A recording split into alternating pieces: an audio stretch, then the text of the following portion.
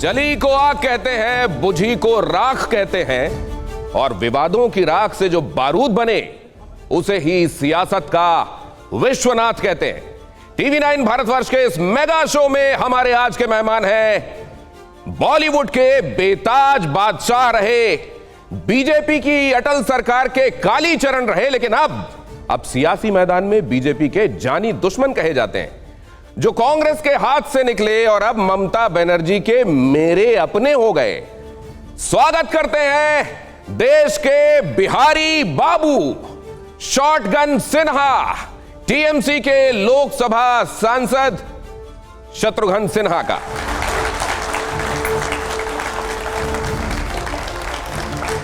Thank you, thank you, thank you, thank you, thank you. Sorry शत्रु जी अपने चिर परिचित अंदाज में, लेकिन शत्रु जी आज हम भी पूरी तैयारी से आए हैं। वो तो दिख रहा है, पूरी तैयारी से, और आपको किसी भी सवाल में हम खामोश नहीं कहने देंगे। नहीं, बिल्कुल नहीं। और हाँ, इस शो के बाद हमारी ऑडियंस ये जरूर कहती नजर आएगी कि आज TV9 भारतवर्ष में छेनू आया था। मेरे साथ यहां पर आप देख रहे हैं पूरा दल बल, पूरा दस्ता, पूरी फौज यहां मौजूद है मेरे कलीग्स की, और ये अपने अपने स्पेसिफिक टॉपिक्स पर आज शत्रुघ्न सिन्हा साहब से सवाल करने वाले हैं। इन सब के पास जो सवाल हैं वो आपको इनके साथ ही यहां इस तस्वीर में नजर आ जाएंगे। उनके नामों के साथ उनका जो टॉपिक है वो किस पर सवाल करने वाले हैं यहां आपको इस समय स्क्रीन में नजर आ रहे हैं। और इसके अलावा ये मेरे कलीग्स तो इस समय पूरी तैयारी के साथ हैं ही, लेकिन सिर्फ इतना ही नहीं, उधर भी, उस पार भी देखिए जरा, उधर निगाह डालिए।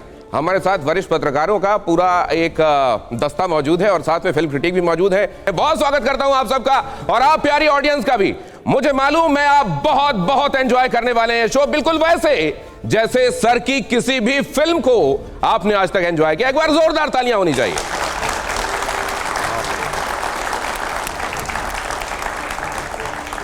शत्रुघ्न सर, आपका नाम शत्रुघ्न है ये सब जानते हैं, लेकिन आप चार भाई हैं और उनका नाम राम, लक्ष्मण, भरत, शत्रुघ्न है। ये मुझे नहीं मालूम कितने लोग जानते हैं। और साथ में ये कि आपके दो बेटे हैं, एक का नाम लव और दूसरे का नाम कुश है, और ये भी कि आपके घर का नाम रामायण है।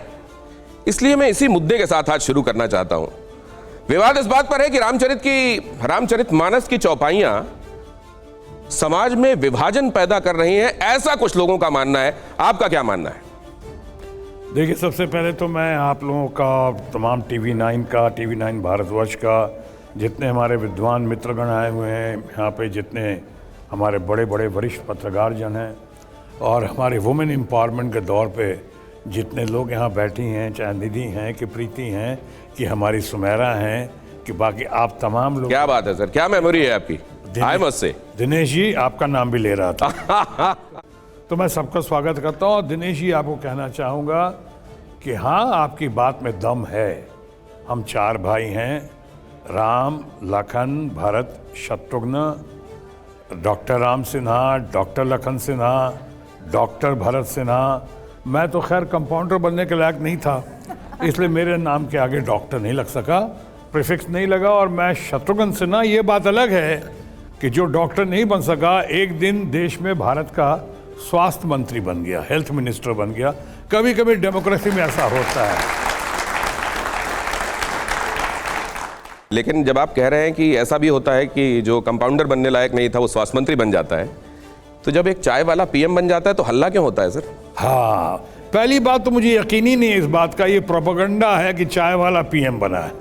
ना चाय कभी बेची है, मुझे नहीं लगता उनको चाय बनाने भी आती होगी, लेकिन अब हल्ला है कि चाय प्रमोशन किया गया। इसीलिए कई लोग कहते हैं प्रधानमंत्री हैं कि प्रचार मंत्री हैं।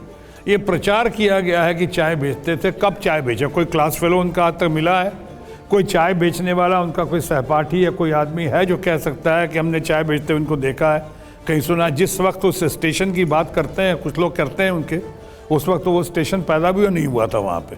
तो ये बात, लेकिन फिर भी आप कह सकते, आपकी बात में दिनेश ये दम है कि अगर कंपाउंडर के लायक नहीं है वो हेल्थ मिनिस्टर बन सकता है, तो मैं समझता हूँ कि कोई चाय बेचने वाला भी प्रधानमंत्री बन सकता है। क्यों नहीं बन सकता है?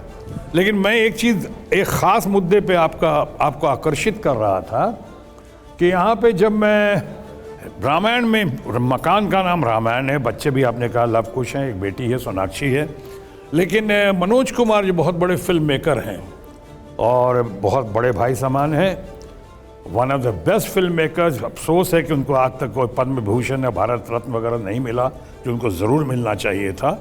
वो मनोज कुमार साहब ने एक बार कहा था मेरे बारे में, शत्रुघ्न अपनी लेट लतीफ़ी के लिए बहुत मशहूर है या बदनाम है। शत्रुघ्न लेट लतीफ़ है, इसीलिए रामायण में इसकी एंट्री शत्रुघ्न बन के हुई, समय पे आता तो राम बनकर पैदा होता। तो ये मनोज सर, लेकिन अखिलेश यादव कहते हैं कि रामचरितमानस पर बैन लगना चाहिए।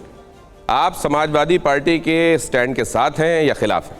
देखिए, मैं इस विषय का विद्वान नहीं हूँ और मैं इस कंट्रोवर्सी को इतनी जल्दी इसमें हवा नहीं देना चाहता, इतना जल्दी इसको नहीं फैलाना चाहता हूँ। मैंने ना उस सब्जेक्ट को पढ़ा है ढंग से, हालांकि रामायणवासी हूँ, लेकिन मैं उतना विद्वान नहीं हूँ। मेरे परिवार में और बहुत लोग, माता पिता ये सब जो गुजर गए स्वर्गीय, वो लोग बहुत इसके कायल थे, बहुत ही मानते थे, बहुत ही पढ़ते लिखते थे। मेरा उतना नहीं है। मैं सर्वधर्म समभाव में विश्वास रखता हूँ, सर्व जाति समभाव में, सर्व जात समभाव में मैं विश्वास रखता हूँ। इसलिए मैं नहीं चाहूँगा कि ऐसी किसी कंट्रोवर्सी को मैं हवा दूँ जिसकी वजह से कहीं समाज में या जाति या जात में विभाजन हो। लेकिन आपके घर में श्री रामचरितमानस होगी निश्चित रूप से, पूजा का जो आपका घर होगा उसमें निश्चित रूप से रखी होगी, और वैसे में ये बात कही जा रही है तो मैं चाहता था कि आप इसमें बेबाक होकर बोले। लेकिन सुमेरा पूरी पढ़ाई करके आई हैं इस मामले, आप कह रहे हैं कि सुमेरा तो बहुत गुणी है, विद्वान है, बहुत अच्छी है, वो समझदार है, मैच्योर्ड है सुमेरा करके आई है, तो मुझ पे बी काइंड टू मी, थोड़ा मेरा ख्याल रखते हुए। जी, रामचरितमानस पे भी अगर हम उसकी डिटेल में ना भी जाएं तो आप राजनेता तो हैं और राजनीति आप करते रहे हैं। इसके इर्द गिर्द अब हो रही है राजनीति, इस मुद्दे पर राजनीति हो रही है और कहा यह जा रहा है कि इसके जरिए क्या वापस एक बार फिर अगड़ा पिछड़ा की राजनीति को एक बार फिर हवा देने की कोशिश है क्या 2024 के पहले? तो क्या 2024 के पहले इस मुद्दे को या इस तरह के मुद्दों को सामने रखकर अगड़ा पिछड़ा की राजनीति को फिर हवा देने की कोशिश है? सुमेरा, इस मामले में उनसे सवाल करें तो ज़्यादा बेहतर होगा जिन लोगों ने समाज को बांटने की कोशिश की है, जिन्होंने धर्म के नाम पे हिंदू मुसलमान में, अलग समुदायों में झगड़ा कराने की कोशिश की है, जिनके पास कुछ अपना विषय नहीं होता है, मुद्दे नहीं होते हैं, तो इन मुद्दों को गर्म किया जाता है ध्यान भटकाने के लिए मुद्दों से और लोगों को एक दूसरे से दूर करने के लिए। जाति में भी ये देखा गया है और जात में भी देखा गया। अगड़ा पिछड़ा, इस पर मैं सबको देखता हूँ भारत माँ के संतान की तरह, और जो मेरी नज़रों में भारत माँ की संतान है वो हमारा अपना है और हम उसे अपने सीने से लगाते हैं, बस। लेकिन शत्रु जी, अभी जो इस मुद्दे को उठा रहे हैं वो समाजवादी पार्टी उठा रही है। अभी अगर इस मुद्दे को उठा रहे हैं तो वो जिनको आप कह रहे हैं या जिनकी तरफ आपका इशारा है कि वो विभाजन की राजनीति कर रहे हैं, वो नहीं उठा रहे हैं। मोहन भागवत जी ने तो बयान भी दे दिया, उन्होंने कहा कि पंडितों ने बनाई, भगवान ने नहीं बनाई थी जातियाँ। पहले तो उस पर आपका क्या पक्ष है? ये पंडित और ब्राह्मण क्या अलग अलग हैं? पंडित और विद्वान जो वो फर्क बताने की कोशिश कर रहे हैं। हो सकता है पर्यायवाची शब्द भी हो, कई लोग पंडित जो विद्वान को ही पंडित कहते हैं, और अक्सर देखा गया है जो पंडित हैं वो बहुत विद्वान होते हैं, ऐसा देखा गया है। कई लोग, आपको सिर्फ पंडित जवाहरलाल नेहरू की बात नहीं कर रहा हूँ, वो तो थे ही बहुत विद्वान, लेकिन मैं पंडित अटल बिहारी वाजपेयी जी की बात कर रहा हूँ, और बहुत सारे लोग ऐसे पंडित रहे जो विद्वान रहे और विद्वान जो है वो पंडित रहे। तो ये पर्यायवाची शब्द भी हो सकता है। मैं मोहन भागवत जी का बहुत आदर करता हूँ, तो मैं अभी चूँकि उनके बयान को देखा नहीं है, सुना नहीं है, अभी आपने कहा, तो मैं उस पर कुछ बोल नहीं सकता हूँ। रही बात अखिलेश यादव की, अखिलेश यादव बहुत डायनेमिक है, बहुत डैशिंग है, बहुत होनहार है, बहुत समझदार है, बहुत लोकप्रिय है, उसकी बहुत ही लोकप्रियता है। और अखिलेश यादव ऐसा है जिसके अंदर में आप यूपी का क्यों, कुछ हद तक भारत का भविष्य भी देख सकते हैं आप। ऐसा है उसके अंदर, अखिलेश यादव सक्षम है। अब उसने जो कहा है, क्यों कहा है, मैं जब तक इसको नहीं समझूंगा तब तक मैं अखिलेश यादव की बात का ना तो खंडन कर सकता हूं और ना ही समर्थन कर सकता हूं। मेरे बाकी के जो साथी हैं वो आपसे बात करने के लिए बेकरार हैं, लेकिन जरा ये देखिए, यहां पर शत्रुघ्न सिन्हा, 5 एंकर और इतने सारे हमारे जो गेस्ट हैं उनके साथ आज जो बातचीत का सिलसिला वो आगे बढ़ने वाला है, लेकिन यहां पर ये rapid fire Shatrughan Sinha sir के साथ एक बार, इससे ये लोभ हम समरण नहीं कर पा रहे। जरा देखिए, देश की दीदी नंबर 1 कौन? देश की दीदी नंबर 1 कौन? शत्रुघ्न सर, और जो ये वस्तुनिष्ठ सवाल है, इसमें विकल्प जो है वो है प्रियंका गांधी, ममता बनर्जी, स्मृति ईरानी। आपका जवाब सर। कमाल है, अभी ममता जी के छोड़कर अब बाकियों को मेरी दीदी बनाओगे आप? देश की दीदी, देश की दीदी कौन? सवाल ये था सर। प्रियंका गांधी, ममता बनर्जी, स्मृति ईरानी, देश की दीदी नंबर 1 कौन? देखिए, एक चुनना है कोई। पूरे जगत की या देश की भी अगर कोई दीदी मानी जाती हैं और जानी जाती हैं तो वो है ममता बनर्जी। चलिए, ममता बनर्जी, ये इस पर मोहर लग गई। लेकिन अगला सवाल क्या है रैपिड फायर का? 2024 में विपक्ष का पीएम उम्मीदवार कौन? ये चेहरे सामने है, राहुल गांधी, ममता बनर्जी, नीतीश कुमार या अरविंद केजरीवाल। कौन सा चेहरा पीएम पद के उम्मीदवार के तौर पर विपक्ष का सर? देखिए, इसमें तमाम लोग या खासकर कई सारे लोग बहुत ही सक्षम हैं, बहुत ही काबिल हैं, एबल हैं, कैपेबल हैं, रेस्पेक्टेबल हैं, लेकिन देश का प्रधानमंत्री कौन बनेगा, इन्हें अपने उम्मीदवार कौन, मैं तो कहता हूँ दावेदार कौन होगा, इसका अंतोगत्वा फैसला भारत की जनता का। मतलब कोई एक नाम आप इसमें से नहीं लेंगे? कोई आवश्यकता नहीं है। इतना कह सकता हूँ, अगर राहुल गांधी की भारत जोड़ो यात्रा अगर बहुत कामयाब हुई है, वो फ्रंट रनर बन के आज दिख रहे हैं, तो ममता बनर्जी, जो मैं शुरू से कहता था और आज भी कह रहा हूँ, वो 2024 के इलेक्शन में जरूर देश में एक गेम चेंजर बन के खड़ी होगी। चलिए, अब आपको हिंट्स लेने पड़ेंगे। 2 नाम इसमें से ले दिए गए, राहुल गांधी, ममता बनर्जी। अब इसमें से कौन फ्रंट रनर होगा, उन्होंने उसके लिए टाइम, एक तरीके से टाइम जवाब देगा कह दिया है। अब जरा अगला सवाल देखिए। अगला सवाल हमारा ये है, और इसमें शत्रुघ्न सिन्हा जी क्या कहते हैं, बेहतर प्रधानमंत्री कौन है शत्रु सर? नरेंद्र मोदी या मनमोहन सिंह? अरे, ये तो कोई कहने की बात है, विद ड्यू रिस्पेक्ट। हालांकि नरेंद्र मोदी हमारे मित्र हैं, सोसाइटी के फ्रेंड हैं, हम सब कदर करते हैं, इसलिए कि भारत के प्रधानमंत्री तो हमारे भी प्रधानमंत्री हैं। लेकिन अगर सबसे काबिल कौन है, सबसे होनहार कौन है, सबसे ज़्यादा दुनिया में किसकी कदर हुई है, उसके अर्थशास्त्र से लेके उनके मैनेजमेंट से लेके हर चीज़ की, तो इवेंट मैनेजमेंट वो नहीं करते रहे। इवेंट मैनेजमेंट हमारे मित्र करते रहे, माननीय प्रधानमंत्री नरेंद्र मोदी। मैं कहूँगा नरेंद्र मोदी जी, मैं कहूँगा मनमोहन सिंह जी, बहुत विद्वान, गजब के, विश्व ख्याति प्राप्त ऐसा आदमी बिरला ही पैदा होता है। बहुत बढ़िया। ऑडियंस को लगता है जैसे बहुत या तो मंत्रमुग्ध होकर आपकी बातें सुन रही है, और या फिर उसका ध्यान कहीं और है। और देखिए, सियासत की डगर कितनी रफ्तीली होती है। मनमोहन सिंह के बारे में पूरी बात कहते कहते नरेंद्र मोदी का नाम ले गए शत्रुघ्न सिन्हा सर। अब देखते हैं जरा क्या करते हैं। अब देखिए जरा, बेहतर प्रधानमंत्री के कौन के बाद अब अगला सवाल कौन? बिहार के लिए जिस जगह से शत्रुघ्न सिन्हा सर आते हैं, उसके लिए बेस्ट कौन? बिहार के लिए नीतीश कुमार बेस्ट है या तेजस्वी यादव? एक नाम लीजिएगा सर। इसके पहले रिस्पॉन्ड कर दूं कि आपने कहा दोनों का नाम लेते लेते, मनमोहन सिंह का नाम लेते लेते मैं नरेंद्र मोदी जी का नाम ले लिया मैंने। आप समझने की कोशिश, ये दोनों हैं मेरे अपने। अरे क्या बात, क्या बात, क्या बात, क्या बात। सियासत में और यहाँ पे कहना चाहूँगा कि तेजस्वी यादव बहुत ही योग्य है, बहुत हुनर है इसके अंदर, और इसकी बहुत फॉलोइंग है। तेजस्वी यादव बहुत अच्छा कर रहे हैं। और सबसे बड़ी बात ये है कि हमारे मित्र बिहार के मुख्यमंत्री जो हैं नीतीश कुमार जी, उन्होंने खुद कहा है कि अब जो है बिहार का भविष्य या भार, राजनीति का ही नहीं, सरकार का भार अब ये संभालेंगे तेजस्वी यादव। तो उन्होंने खुद अपना इनके ऊपर चादर डाल दिया है। बहुत बड़ी बात कह रहे हैं शत्रुघ्न सिन्हा सर। आप लोगों ने भी अगर मार्क की हो तो ताली बजा सकते हैं। उन्होंने कहा कि अब तो नीतीश खुद कह रहे हैं कि भार तेजस्वी संभालेंगे। लेकिन सर, बहरहाल मैं आपके पास दोबारा लौटता हूं अगला सवाल लेकर। बेहतर कलाकार कौन? ये एक बड़ा ट्रिकी सवाल है। बेहतर कलाकार कौन? शत्रुघ्न सिन्हा या अमिताभ बच्चन? जाहिर है शत्रुघ्न सिन्हा। ये बात अलग है कि शत्रुघ्न सिन्हा पा के बाद और बहुत सारी अच्छी अच्छी फिल्मों के बाद अमिताभ बच्चन को मानते हैं बेहतर। ये अलग बात है।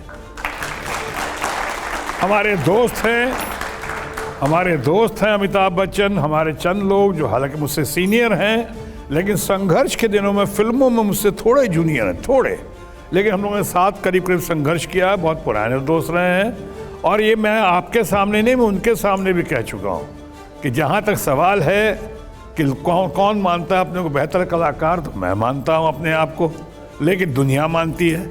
लेकिन दुनिया भले मुझे मानती हो, मैं मानता हूँ अमिताभ बच्चन को सबसे बेहतरीन कलाकार। अमिताभ बच्चन को शत्रुघ्न सिन्हा खुद सबसे बेहतरीन कलाकार मानते हैं। जब मैं आपके लिए कह रहा था कि मैं आपको एक ट्रैप की तरफ ले जा रहा हूं, इस कारपेट में मेरा पैर फंसा और मैं गिरते गिरते बचा। तो आप जो अगली बार है बड़ा सावधान होकर मैं रहने वाला हूं। दूसरों के लिए खड्डा नहीं खोदना चाहिए कहते हैं, लेकिन कुछ एक चीजें हैं उसको आप ट्रैप के तौर पर मत लीजिएगा। अब आगे देखिए 2024 में चेहरा कौन सा होगा विपक्ष की राजनीति का, इसको लेकर बड़े स्पेसिफिक सवाल शत्रुघ्न सिन्हा सर से अब होने वाले। मैं पूछ रही हूँ शत्रुघ्न जी, नमस्कार, निधि हूँ मैं। और 2024 की राजनीति के कॉन्टेक्स्ट में आपने कहा ममता बनर्जी बहुत विद्वान हैं और एक बड़ी लीडर के तौर पर उभर रही हैं। आपने कहा अखिलेश यादव बहुत सक्षम हैं। आप कह चुके हैं कि राहुल गांधी बहुत काबिल हैं। तो मोदी वर्सेस कौन है 2024 में? मोदी वर्सेस ऑपोजिशन है।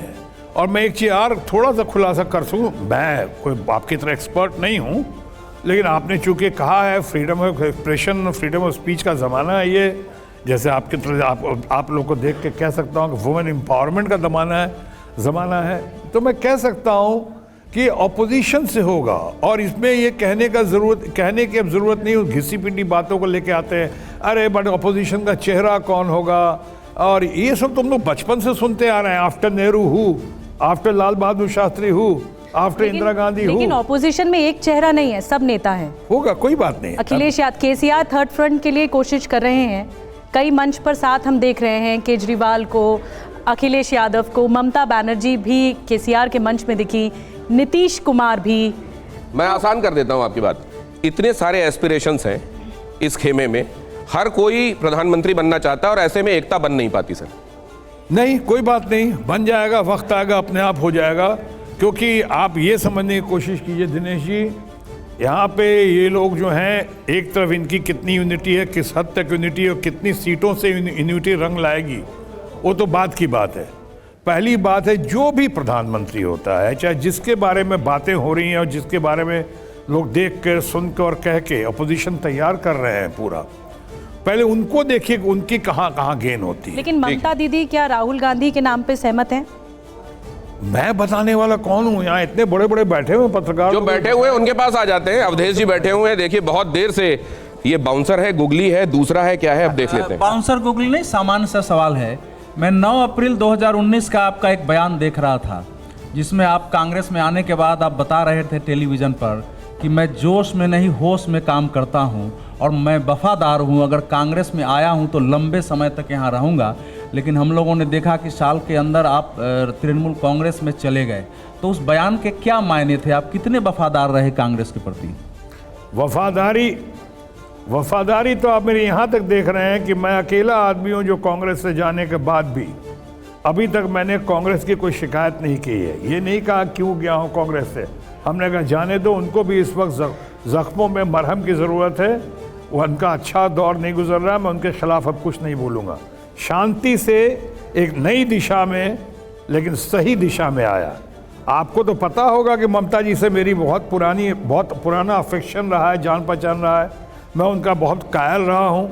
इनफैक्ट देश के नेताओं में अगर सही मायनों में जयप्रकाश नारायण जी से, जिनसे मैं प्रभावित होकर आया, उसके बाद किसी नेता की सिंप्लिसिटी का, किसी नेता के विजन का, किसी नेता की ईमानदार छवि का, किसी नेता के वो कर्मठता का, कैपेबिलिटी दिखाकर मैं कायल रहा हूँ, तो ममता बनर्जी का रहा हूँ।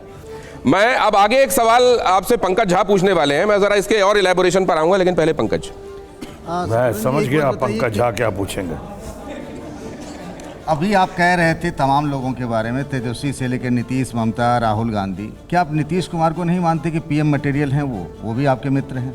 झा जी, इसका जवाब मैं पहले कई बार दे चुका हूँ और आज कर दिया, आपने कंफ्यूज कर दिया। राहुल गांधी के लिए भी कहा, ममता बनर्जी के लिए भी कहा, इसीलिए पूरा कंफ्यूजन आप ही फैला रहे हैं। मैं क्लैरिटी दे रहा हूँ, आपको कंफ्यूजन लग रहा है, इसलिए कि आप वो सुनना चाहते हैं जो आपने ठान रखी है। आप सुनना चाहते हैं कि मैं वही बोलूं, वो नहीं होगा, मैं बता देता हूं। और यहाँ इतनी अच्छी ऑडियंस बैठी है, लोग बैठे हैं।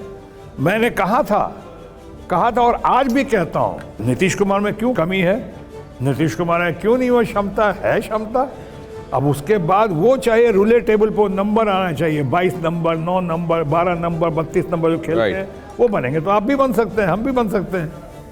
जिसके पास नंबर वो बनेगा सिकंदर। लेकिन अब जरा देखिए सर का ये एक और डायलॉग मैं आपको बताता हूं।